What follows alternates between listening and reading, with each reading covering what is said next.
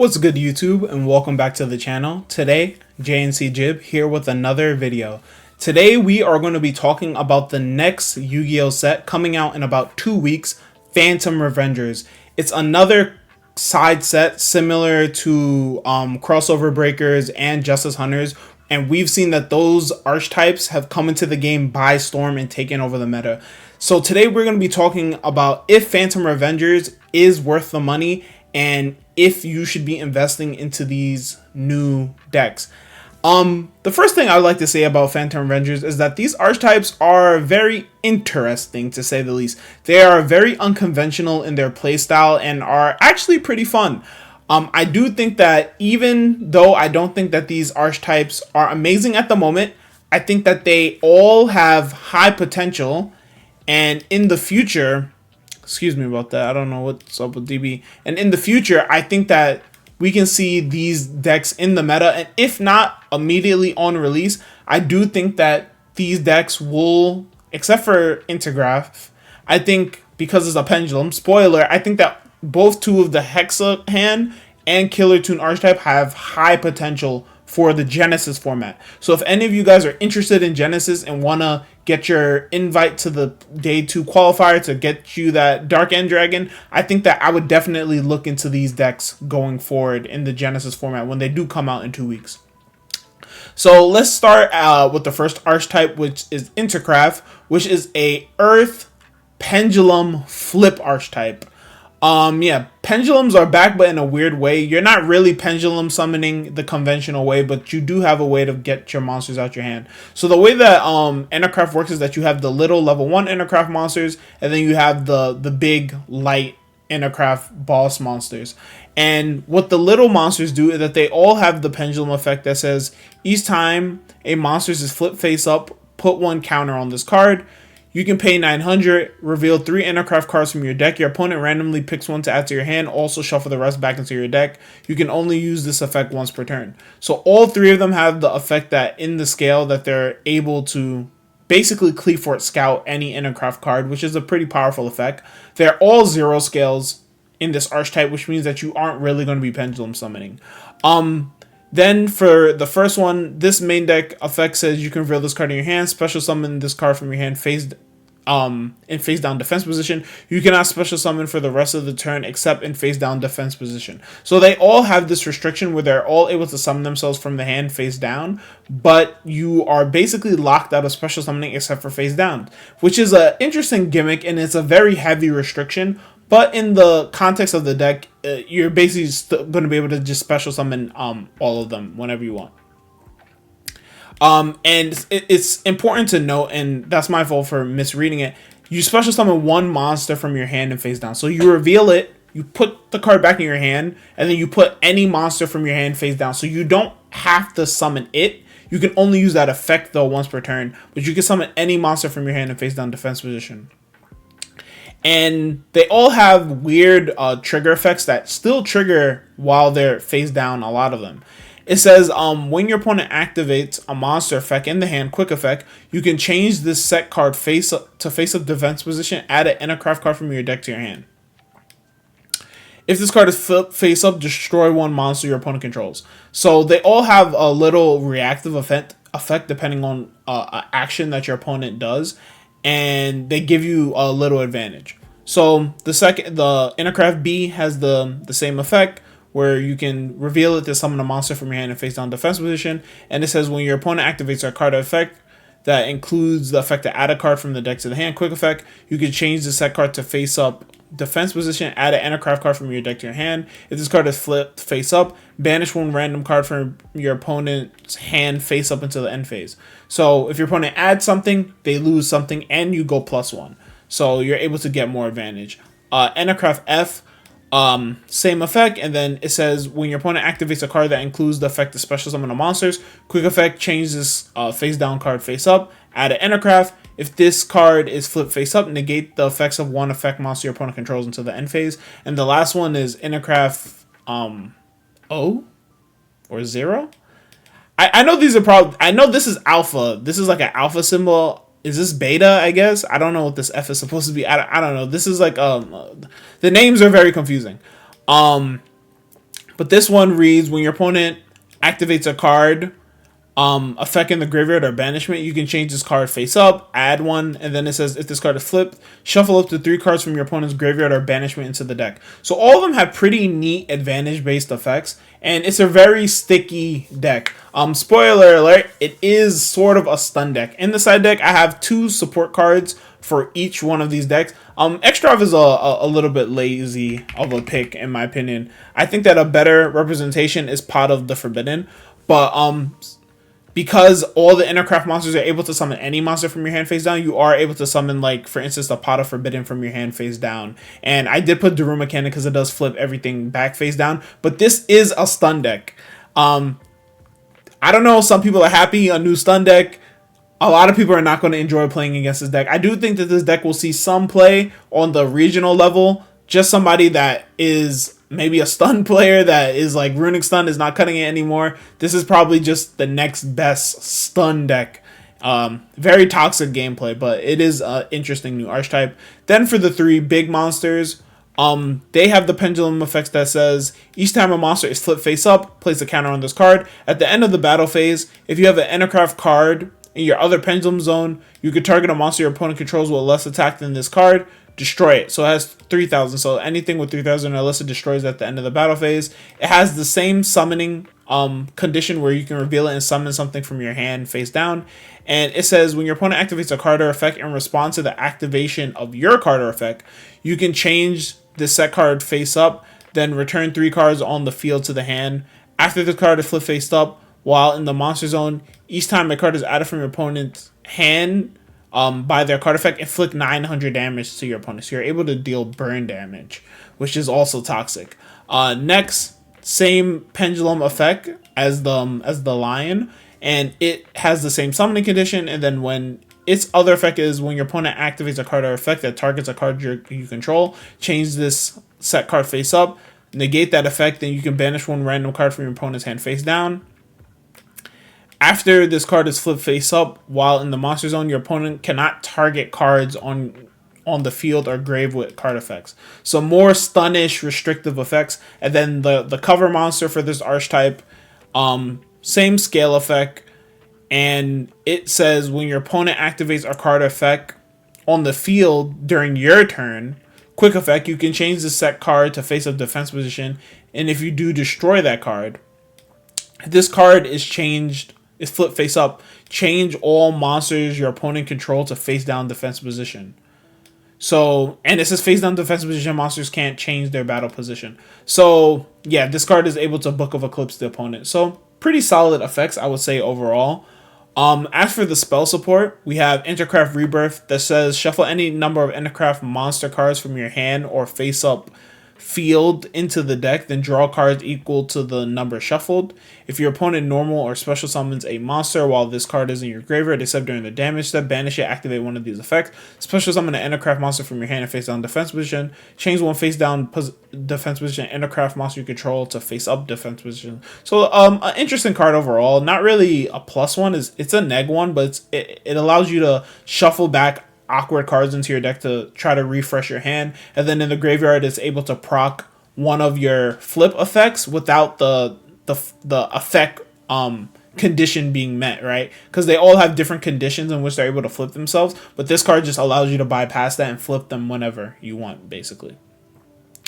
Intercraft Release says place an Intercraft Pendulum monster from your deck in your Pendulum Zone. If this card is in your graveyard except the turn it was sent there, you can banish it, add 1 face up Intercraft monster from your extra deck to your hand. So another good card. This is a starter because by putting one of the little guys in the zone, it's able to search basically any Intercraft card. So this is a starter. 3 of, and then the field spell says that this card is always treated as an Intercraft card.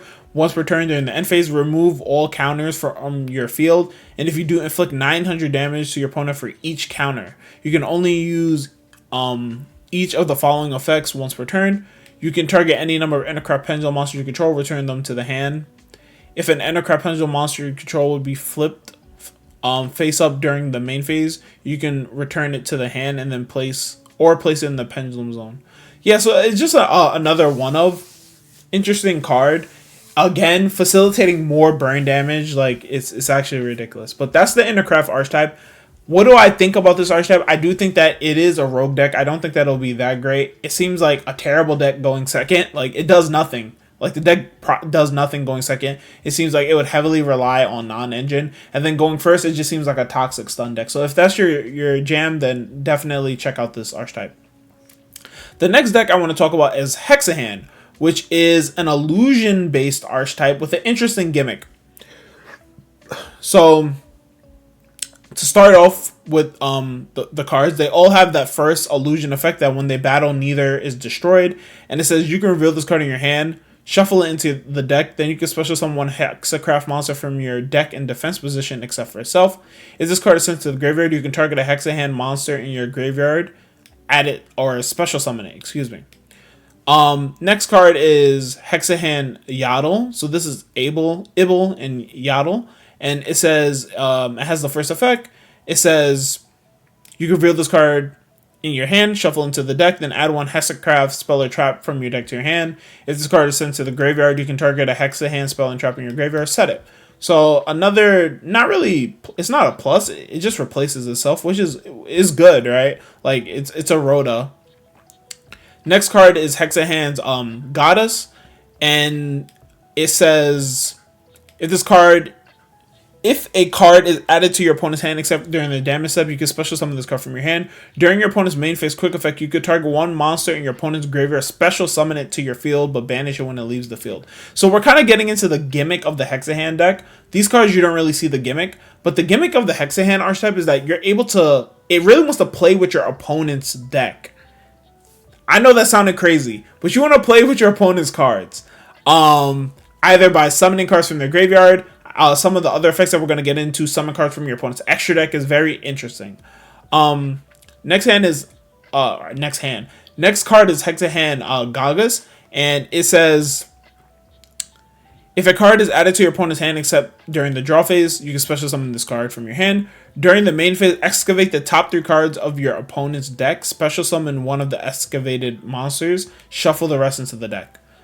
Next is Hexahand Bruce, and it says, if a card is added to your opponent's hand except during the draw phase or damage step, special summon this card from the hand. So they all have that summoning requirement. And it says, during the main phase, you can look at your opponent's hand, and if it's a monster, look at one random card at your opponent's hand, and if it's a monster, special summon it to your field. So again, playing with the opponent's cards. That's kind of the gimmick of this archetype. Then for the 2 spells, we have Hexahands. This card is actually a very good card. And it says, when you activate this card, you can also send one other card you control to the graveyard. So that is kind of like the Rika spell, where it gives you the option when you activate it, or similarly to prayers, gives you the option to tribute, and then you're going to get bonus effects if you decide to do it, and if you don't, you just get the base effect. It says, add one Hexahand monster. Add one Hexahand monster from your deck to your hand. Then, if you send a card to the graveyard for the activation, you can set a Hexahand spell or trap. So it's pretty good, and it's generic. You can just send any other card from your hands to the graveyard. So if you have like a Dead Fool or something going first, you're able to add a monster and set a spell or trap from the deck. And then it says you can banish this card from your graveyard. Your opponent draws 1 card, then they discard 1 card. So the reason why that effect is quote-unquote good, it's not good to obviously give your opponent a draw and then let them discard a card. You don't know what they're playing. But it allows you to proc your Hexahand monsters in order to do different cool things, right? The next card is Hexahand's Tartarus, and it's a quick play spell, and it says activate one of these effects, but you can only use each effect of Hexahand's Tartarus once per turn. We're seeing more cards that have this type of text, where if you draw multiple, then it's not that bad because you can use multiple, but you just can't use the same effect twice. And it says, if you control a Hexahand monster, target a spell or trap your opponent controls, return it to the hand. So the reason why it says return it to the hand instead of destroy it, which obviously returning to the hand is a lot worse, but again, procs your Hexahands, because a card is added to the hand except during the damage step or draw phase. Or you can fusion summon a Hexahand monster from your extra deck by banishing materials from your field and or graveyard. If you use a face-up monster you control owned by your opponent, treat it as a Hexahand monster. Okay. Then now for the 2 counter traps, we have Il Hekahans. And this is when your opponent activates a monster effect and you control a Hekahan monster, negate the activation if you do destroy that monster. Then you can special summon it to your field. And then we have Yad El Hexahan. And this is when your opponent activates a spell or a trap and you control a Hexahan monster, negate the activation if you destroy it, and then set it to your field. So 2 powerful cards, probably one-ofs, but a monster negate and a spell and trap negate for free in your archetype. Having both is pretty good. Obviously, it's just bad cards to draw. I don't think you'd want to open these cards, and they seem pretty subpar going second. But I think like post side or like on a full board, having these cards with any Hekahan monster that you can draw seems pretty good. Then for the 2 support, or actually we have 2 extra deck cards to talk about. I almost forgot. We have Hexahan's Jaza, and it takes a Hexahan monster plus an illusion monster. And it says must first be fusion summoned or special summoned from the extra deck by attributing an illusion monster and a face-up monster you control owned by your opponent. So that's why these cards want to take opponent's monsters, because then you can summon your fusion monster. And it says during your main phase, add a Hexahan card from your deck or graveyard to your hand. You can only use this effect once per turn. So it's just a Rhoda. Simple, easy card to summon, and it's just a Rhoda. Then for your second fusion monster is Hexahan's Xeno, and it takes 3 Hexahan monsters. And it says if this card attacks an opponent's monster, so it has the same illusion effect. And it says during the main phase quick effect, you can look at 2 random face down cards in your opponent's extra deck. And if you do, special summon one of them to your field. If this fusion summon card and its owner's control is destroyed by an opponent's card effect, you can take control of any number of monsters they control. So again, another solid card, but this is even a little bit stronger because it lets you summon a guy from their extra deck, which is pretty good. And then when it's destroyed, it just takes all your opponent's monsters. You can take all their monsters. So it's an interesting card. And it can't be destroyed by battle because it's an illusion. So you kind of have to remove it by card effect. And then if it's removed by destruction, you just take all their cards, which is cool. And then for the 2 support cards that I wanted to talk about for this illusion for potential investments or cards to pick up are a Nightmare Apprentice. It's just a generic illusion monster that you discard a card, special summon it, and it searches any illusion from your deck. So generic illusion support. Whenever illusion becomes really good, this card is going to be a 3 of in the deck probably because you just search any illusion. And then the second card is Branded Fusion. This deck is a fusion deck, and all the Hexahans are lights and darks. And for Abel and Yaddle, when they're sent to the graveyard by card effect, they do little effects. So if you send them for Branded Fusion, they have like little bonus effects. So that's it for the second archetype. What do I think about Hexahan? Again, another rogue deck. I don't think that this deck is really going to break through to the meta. It's very weird, but we also have to keep in mind for all these archetypes, this is the first wave of support. There's definitely going to get at least 2 or more waves of support in the future in order to try to improve these archetypes. But for a first wave, I would say Rogue, but I think in Genesis, this deck will be one of the best decks, in my opinion. I think in Genesis, this deck will be insane. If that means anything to you guys. But I think in Genesis, this deck will be insane. But for TCG, it's not cutting it. Then the third archetype, and the one that I think has the most potential, is Killer Tune. So Killer Tune is a Synchro Tuner archetype. Its gimmick is that it synchro summons using only tuner monsters. So let's begin. So the first card is Killer Tune Mix, and it is a level 2 Wind Warrior effect monster. And it says if this card on the field is used as synchro material, 1 tuner in your hand can be used as the other material. So they all kind of have that effect. And it says if this card normal or special summon, add a Killer Tune monster from your deck or graveyard to your hand except for a level 2. And then it also says, except for a level 2. And then it says if this card is sent to the graveyard as synchro material, target a monster your opponent controls, destroy it. Solid card. All of these archetypes have solid cards. It's just like not pushed enough for what we're currently doing in Yu-Gi-Oh right now. But these cards all read pretty good. Like you have Rotas, you have Disruption, you have Interaction, you have Recruitment. But it just doesn't do enough at the moment. The next card is Killer Tune Clip, and I think this card is very good. And it says it has the first effect that if it would be used as a synchro, you can use a tuner in your hand as the other material. And then it says During your opponent's main phase, quick effect, you can special summon this card from your hand, then immediately after this effect resolves, you can synchro summon one tuner. So this is kind of like a synchro version of Izuna for all intents and purposes. And then it says, if this card in your graveyard is sent to the graveyard as synchro material, you can banish one random card from your opponent's extra deck face down. The next card is Killer Toon Rico, has the same first effect, and it says, if this card is normal summon or special summon, add a Killer Toon monster from your deck or graveyard to your hand, except for a level 3. And if it's sent to the graveyard as synchro material, you can target a spell or trap your opponent controls, destroy it. And then for the last one that we have is Killer Toon Q. And it has the same first effect, and it says, if this card is normal summon, so not normal special summon, normal summoned, you can special summon one tuner from your hand, deck, or graveyard except for Q. Also, you cannot special summon for the rest of the turn except for tuners. If this card is sent to the graveyard as synchro material, you can excavate the top 2 cards of your opponent's deck, banish one excavated card, also place the other at the top or bottom. So this card is able to, it's a tour guide basically for the archetype. For the 2 spells, we have Killer Toon Synchro, which is a quick place spell that says, add one Killer Toon card from your deck to your hand except for Killer Toon Synchro. Immediately after this effect resolves, you can synchro summon one tuner. For the rest of the turn after this resolves, you cannot special summon except for tuners. You can only activate 2 Killer Toon Synchro per turn.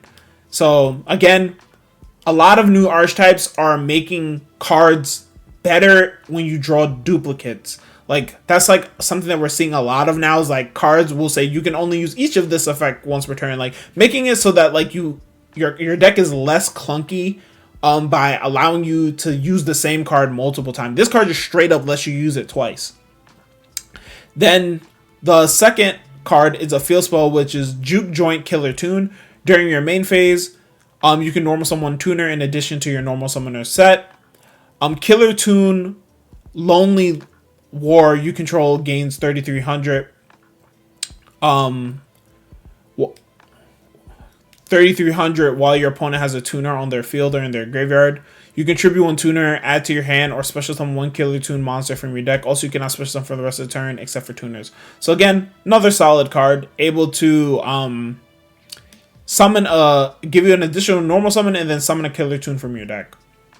And then the last card is Killer Toon Playlist. It says, target a Killer Toon monster on your field and in the graveyard, apply the effects in sequence. Also, you cannot special summon for the rest of the turn except for tuners. Apply these effects that activate when it's sent to the graveyard as synchro material, return it to the hand. Okay, so interesting effect. Basically, you're able to target any of your Killer Toons and then get its graveyard effect. So you're able to banish a card from the extra deck, pop a monster, pop a spell or trap, excavate the top 2 cards of your opponent's deck. Probably a one-of. Then Killer Toon has 4 extra deck monsters. First is a Killer Toon Trackmaker, which takes a Killer Toon tuner plus 1 tuner, and has the same first effect. If you would use it as synchro material, you can use 1 tuner in the hand.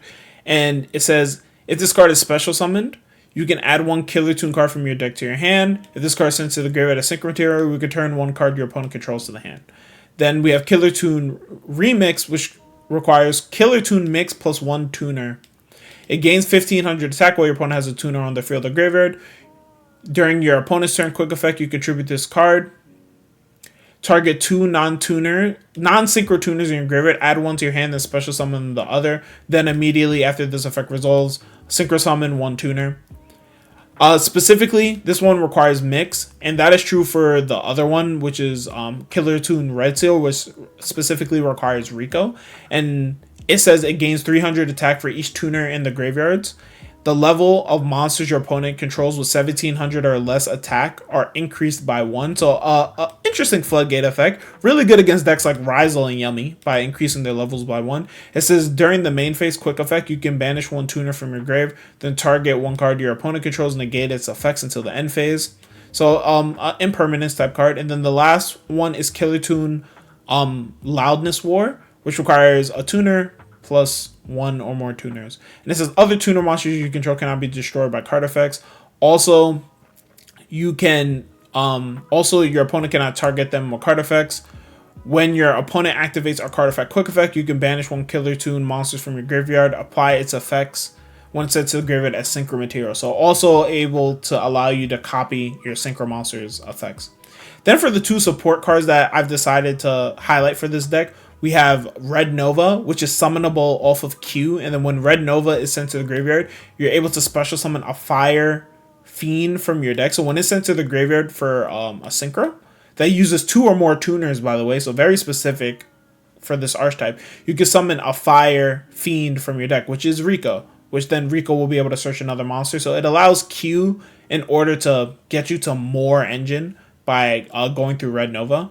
And then the second card I wanted to talk about is Synchro Overtake, which says, reveal a synchro monster in your extra deck, choose one of the synchro material mentioned on it, add it to your hand, or special summon it from your deck or graveyard. You cannot special summon from the extra deck for the turn you activate except for synchro, so that doesn't matter. And the important part is that Remix and Red Seal specifically require Mix and Q, so you're able to tutor these 2 from the deck, and it's just another starter for your deck. So what do you guys think about these decks? And again, my opinion on Killer Tune, another rogue deck, I think is better than the other 2 archetype, and it has more potential. The card quality is just a little bit higher. It is very restricted though. But again, another deck I think is going to be insane in Genesis. So if you guys like videos like this and want to see more, definitely make sure to subscribe to the JNC channel, and I will catch you guys in the next one. Peace!